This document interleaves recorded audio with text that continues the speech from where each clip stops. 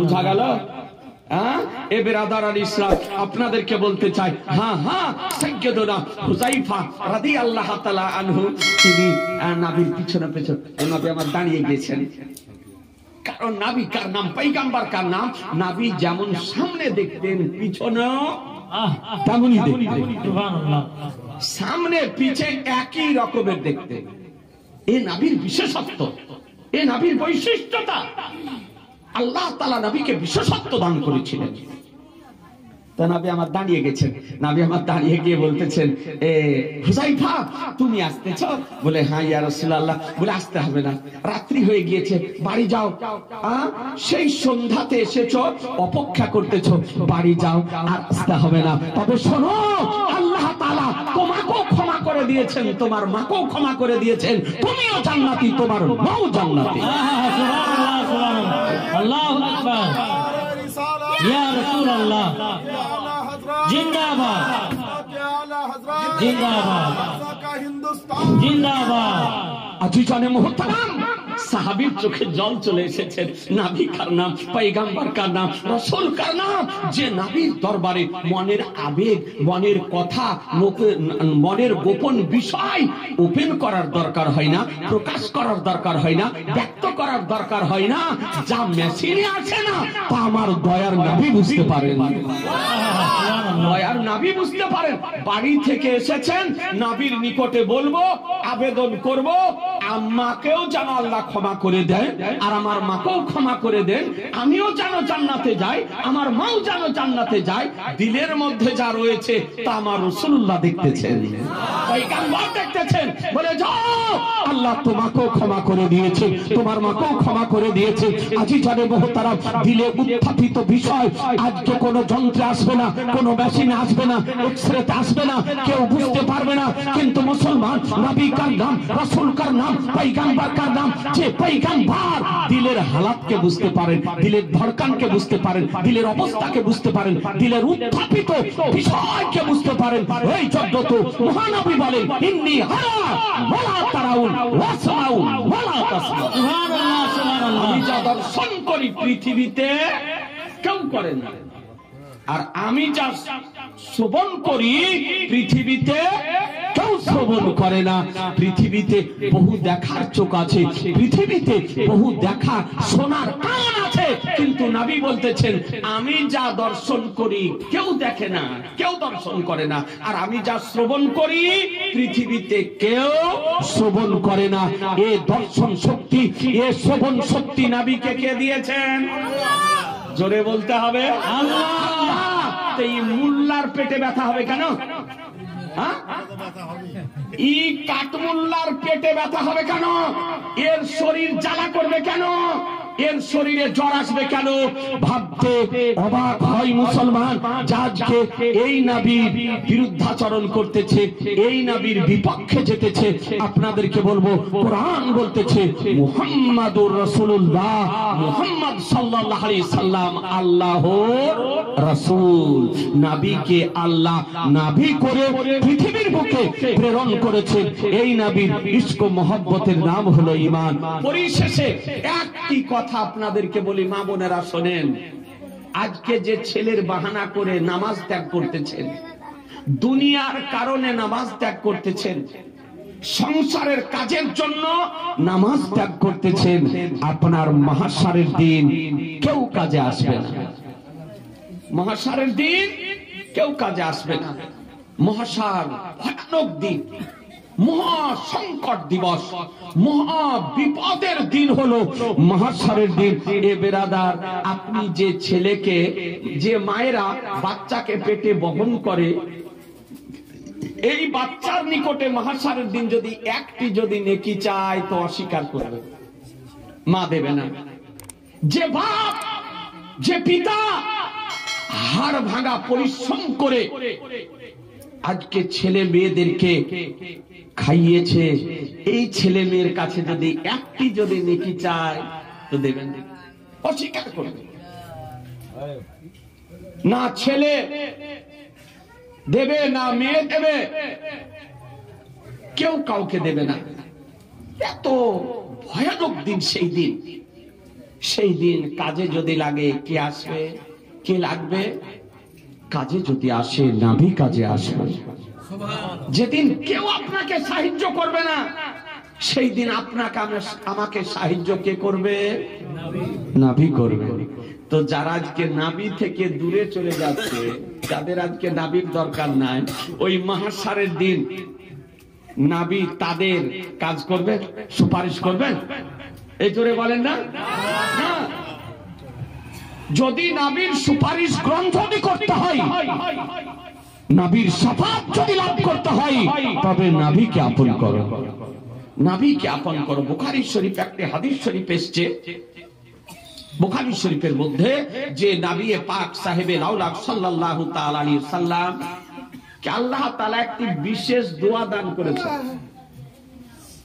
প্রত্যেক নবীকে উলামায়ে কিরামগণ আছেন, আদম আলাইহিস সালাম থেকে নিয়ে আমাদের নবী পর্যন্ত প্রত্যেক নবীকে আল্লাহ তাআলা নিজ পক্ষ থেকে একটি করে দোয়া দান করেছেন।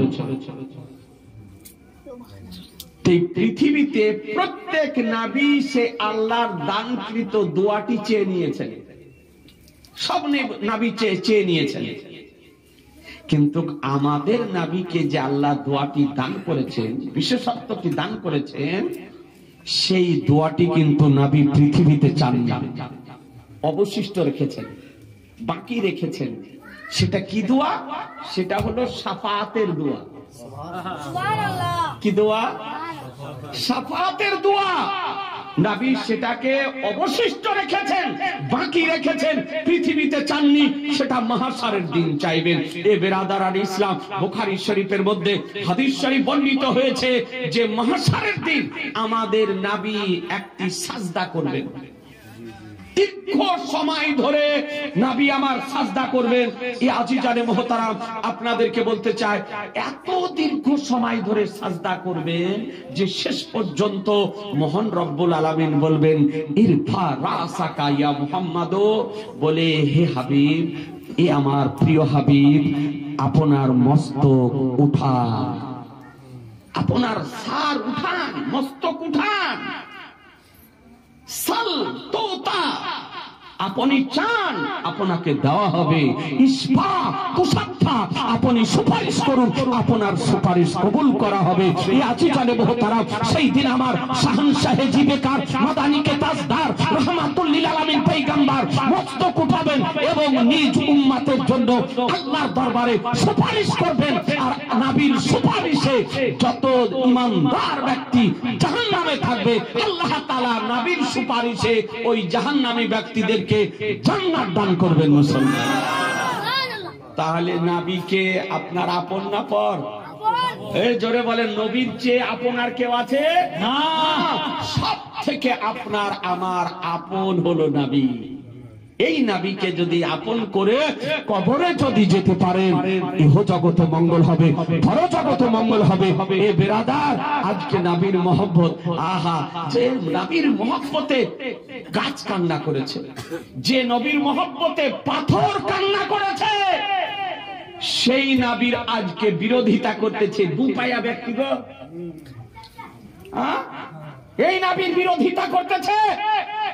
উঠিয়ে দেখুন বুখারী শরীফ, নবীর ভালোবাসার রেজাল্ট কি? নবীকে ভালো যদি বাসতে পারেন, তার ফলাফল কি? নবীকে যদি ভালোবাসতে পারেন, তার পরিণাম কি? বুখারী শরীফ উঠিয়ে দেখুন, হাদিস শরীফে এসেছে, এ বেরাদারান ইসলাম, যে আমার দয়ার নবী সাল্লাল্লাহু তাআলা আলাইহি সাল্লাম মক্কা শরীফ থেকে হিজরত করে মদিনা শরীফ গেলেন। মদিনা শরীফে গিয়ে সর্বপ্রথম যে মসজিদ নির্মাণ করেছিলেন, এই মসজিদের নাম হলো মসজিদে নববী।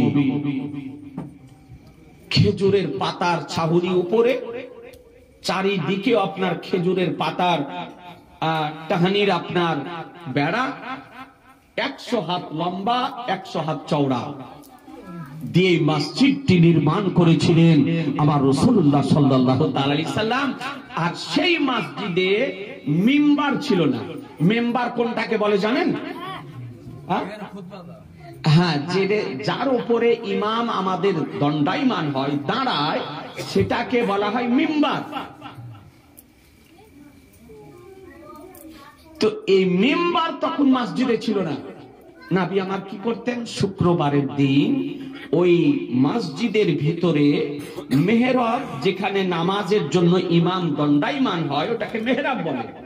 ওই মেহরাবে একটি শুকনো মস্তকহীন খেজুরের গাছ ছিল, শুকিয়ে গিয়েছে, তার মাথা ভেঙে গিয়েছে, মস্তক নাই, মাথা নেই। এইরকম একটা শুকনো খেজুরের গাছ, মস্তকহীন খেজুরের গাছ ওই মসজিদের মধ্যে আপনার পড়েছিল। মসজিদের যে আপনার বেড়া ছিল, সেই বেড়ার মধ্যে। তো শুক্রবারের দিন আমার দয়ার নবী, মায়ার নবী ওই গাছটাতে একটু হেলানা দিয়ে তিনি খুতবা পাঠ করতেন। ওই গাছে একটু হেলানা দিয়ে নবী আমার খুতবা পাঠ করতেন শুক্রবারের দিন। তো মদিনা শরীফের হাকিমুল উম্মাত মুফতি আহমদিয়ার খান আলাইহি রহমা রিদওয়ান তিনি লিখতেছেন যে মদিনা শরীফের একজন আনসারী মহিলা, আনসার গোত্রের একজন মহিলা সর্বপ্রথম কাঠের একটি 3 সিঁড়ির মেম্বার তৈরি করে আমার রাসূলুল্লাহকে উপহার দিয়ে পাঠালেন মসজিদে নববীতে রাখার জন্য। যে ইয়া রাসূলুল্লাহ, শুক্রবারের দিন এই মিম্বারের উপরে দাঁড়িয়ে আপনি খুতবাটা পাঠ করবেন। এ বেরাদার, মসজিদে নিয়ে আসা হয়েছে, ওই কাঠের মিম্বারের উপরে আমার দয়ার নবী, মায়ের নবী দাঁড়িয়ে খুতবা দিতে আরম্ভ করেছেন।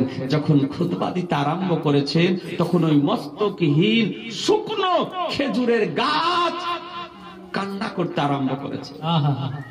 একটু ভেবে দেখবেন মুসলমান, একটু চিন্তা করে দেখবেন, মা হারা বাচ্চার মতন, পিতা হারা বাচ্চার মতন কান্না করতে আরম্ভ করেছে। যেমন বাচ্চারা মায়ের দুগ্ধ পান করার জন্য কান্না করতে থাকেন, এইরকম কান্না করতেছে।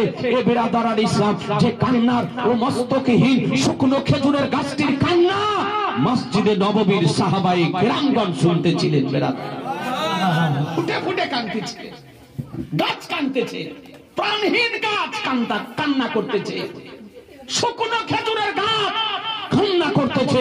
এ বিরাদার, সঙ্গে সঙ্গে আমার রাসূলুল্লাহ খুতবাকে স্টপ করে দিলেন, বন্ধ করে দিলেন। খুতবা দেওয়া বন্ধ করে নবী আমার নেমে শুকনো খেজুরের গাছের উপরে রহমতের হাত রেখেছেন। সুবহানাল্লাহ, রহমতের হাত রেখেছেন। নবী যখন রহমতের হাত রেখেছেন, হাত রাখার সঙ্গে সঙ্গে হাদিস শরীফ বলতেছে যে আপনার গাছের কান্না বন্ধ হয়ে গিয়েছিল, কিন্তু তখনও গাছ আপনার হিফাতে ছিল। দেখেন না, বাচ্চারা কান্না করে, মা এসে বাচ্চাকে দুগ্ধ পান করায়, তো বাচ্চার কান্না বন্ধ হয়ে যায়, কিন্তু কি হিপানিটা বন্ধ হয়? হিফাতে থাকে না। এইরকম রহমতুল লিল আলামিনের রহমতের হাত রাখাতে গাছের কান্না বন্ধ হয়েছিল, কিন্তু হিফানি বন্ধ হয়নি। নবী আবার বলতেছেন, এ শুকনো গাছ, তুমি কাঁদছো কেন? তার কারণটা কি? বলে, ইয়া রাসূলুল্লাহ, আপনার বিরহে কান্না করতেছি, আপনার বিচ্ছেদে কান্না করতেছি, আপনার জুদাইতে কান্না করতেছি, আপনার ফিরাকে কান্না করতেছি। ইয়া রাসূলুল্লাহ, আমি কি ভুল করেছি? আমি কি অন্যায় করেছি? আমি কি অপরাধ করেছি? আজকে আপনি আমাকে ত্যাগ কেন করেছেন? আজকে আজিজানে মুহতারাম আমার রাসূলুল্লাহ বলে, ও শুকনো গাছ, তুমি কোনো ভুল করনি। তবে শোনো, আজকে একটি কাঠের 3 সিঁড়ির মিম্বার আজকে মসজিদে নববীতে দেওয়া হয়েছে, তাই সেই মসজিদের উপরে মিম্বারে দাঁড়িয়ে আজকে খুতবা দিতেছিলাম। আজিজানে মুহতারাম, একটু ভেবে দেখবেন, মোহব্বত কার নাম, ইশক কার নাম, প্রেম কার নাম, যে নবীর মোহব্বতে শুকনো আজকে খেজুরের গাছ কান্না করতেছে। সুবহানাল্লাহ, নবীর মোহব্বতে, নবীর প্রেমে কান্না করতেছে শুকনো একটি খেজুরের গাছ। আমার দয়ার নবী বলেন, এ উস্তুনে হান্নানা, ওর নামটা আমার নবী দিয়েছেন উস্তুনে হান্নানা। কি নাম বললাম? নামটা তো মনে রাখেন। সারা পৃথিবীর মধ্যে একটি মাত্র গাছ জান্নাতে যাবে, সেই গাছটি হলো খেজুরের গাছ। কোন দেশের? মদিনা শরীফে। গাছটির নাম কি? খেজুরের গাছ। ওর নামটা কি? উস্তুনে হান্নানা। কি কারণে যাবে? নবীর মোহব্বতের কারণে জান্নাতে যাবে, নবীর ইশকের কারণে জান্নাতে যাবে, নবীর ভালোবাসার কারণে জান্নাতে যাবে। আমার দয়ার নবী বলেন, তুমি কান্না করো না, কান্না করো না। তুমি কি চাও? তুমি যদি চাও তো তুমি জীবিত হয়ে খেজুর দিবে, কিয়ামত পর্যন্ত তুমি বেঁচে থাকবে, তোমার খেজুর পৃথিবীবাসী খাবে। আর তুমি যদি চাও জান্নাতে গিয়ে জান্নাতীদেরকে খেজুর খাওয়াবে, কি চাও? তো বলছে, ইয়া রাসূলুল্লাহ, আমি পৃথিবীতে কিয়ামত পর্যন্ত বেঁচে থেকে পৃথিবীবাসীকে খেজুর খাওয়াতে চাই না, আপনার সঙ্গী হয়ে আপনার জান্নাতে গিয়ে জান্নাতীদেরকে খেজুর খাওয়াতে চাই। তো আমার আল্লাহু আকবার, ইয়া রাসূলুল্লাহ, জিন্দাবাদ জিন্দাবাদ। মুসলমান আমার নবী বলেন, বলে যাও এ উস্তুনে হান্নানা, তুমি জান্নাতে যাবে, আর জান্নাতে গিয়ে জান্নাতীদেরকে খেজুর খাওয়াবে। হাদিস শরীফে এসেছে, এই গাছটি কেবলমাত্র জান্নাতে যাবে। যত রকমের ফুল ফল কাঠের গাছ আছে সারা পৃথিবীতে, তার মধ্যে একটি গাছ জান্নাতে যাবে। মনে থাকবে, সে গাছটি কিসের গাছ? সে গাছটি কিসের গাছ? খেজুরের গাছ। ওর নাম কি? উস্তুনে হান্নানা। নবীর মুহাব্বতের কারণে জান্নাতে যাবে। বলুন মুসলমান, যদি আজকে একটি প্রাণহীন শুকনো খেজুরের গাছ নবীর সঙ্গে মুহাব্বত স্থাপন করার কারণে জান্নাতে যদি যায়, আমরা মানব হওয়ার পর যদি রাসূলুল্লাহর মুহাব্বত নিয়ে কবরে যদি যেতে পারি, আল্লাহ আমাদেরকে জান্নাত দিবেন না দেবেন না? দিবেন। জোরে বলেন, দিবেন। এবার আদার তো জান্নাতে যদি যেতে চান তো নবীর মুহাব্বত নিয়ে কবরে যান, নবীর মুহাব্বত নিয়ে কবরে যান।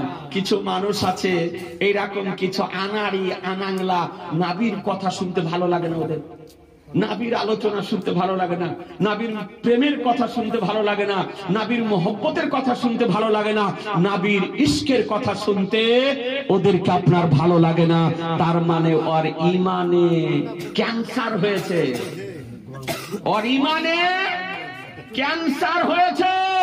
এই জন্য নবীর কথা শুনতে ওকে ভালো লাগে না।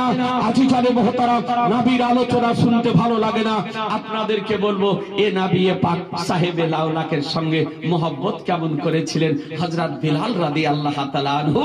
কিতাব উঠিয়ে দেখুন, এ বেরাদারান ইসলাম, যে নবীর মোহব্বতের কারণে বিলাল আজকে জান্নাতি হিসাবে, আজকে নবীর প্রেমিক হিসাবে পৃথিবীতে খ্যাতি লাভ করেছেন মুসলমান।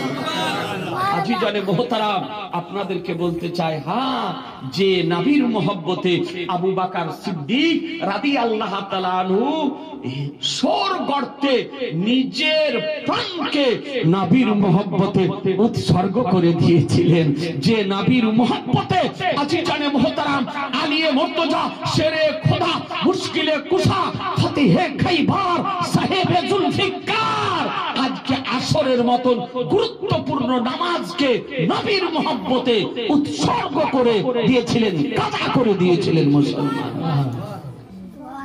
আপনাদেরকে বলতে চাই, যে নবীর মোহব্বতে সাহাবায়ে কেরামগণ যুদ্ধের ময়দানে গিয়ে নিজের প্রাণ দিয়ে দিয়েছেন, আজিজানে মুহতারাম, ওই নবীর মোহব্বত নিয়ে যদি কবরে যেতে পারেন, ইনশাআল্লাহ আপনি জান্নাতে যাবেন। আপনাদেরকে অনুরোধ করব, কোরআন বলতেছে মুহাম্মাদুর রাসূলুল্লাহ, মুহাম্মদ সাল্লাল্লাহু আলাইহি সাল্লাম আল্লাহর রাসূল। এই নবীকে আপন করতে শিখুন।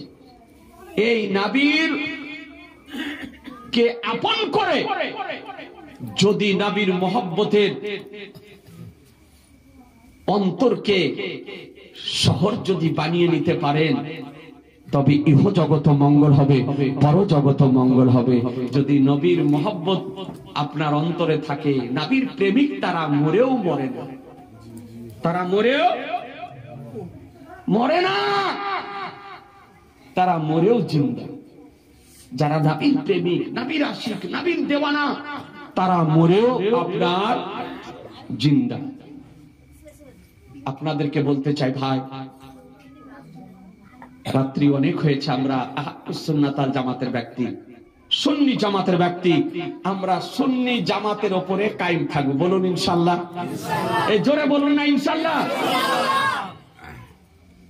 আজকে অনেক দেখা যাচ্ছে ওর বাপ সুন্নি, মা সুন্নি, और बाप हानाफी और दादो हानाफी परदादो हानाफी, हठाৎ আপনার কিছু আগাছা বক্তাদের বক্তব্য শুনে,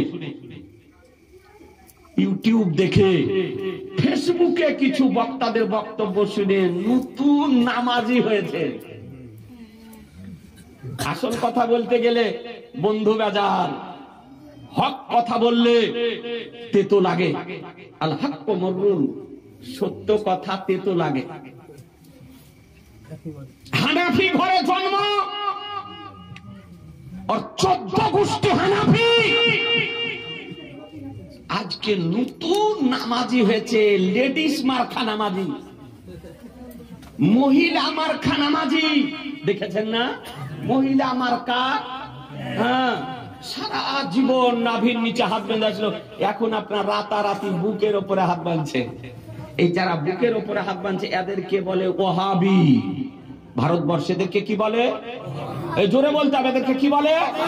ওহাবি। সুন্নি জামাতের ওলামাদেরকে হুমকি হামকা দেখিয়ে কিছু হবে না, কোন হুমকি দেখিয়ে কাজ হবে না। হিম্মত যদি থাকে, মায়ের লাল যদি হোক, খোলা আকাশের নিচে জমিনের উপরে সরাসরি আলোচনার টেবিলে বসে সুবহানাল্লাহ, নারে তাকবীর, নারে রিসালাত, মাসলাকা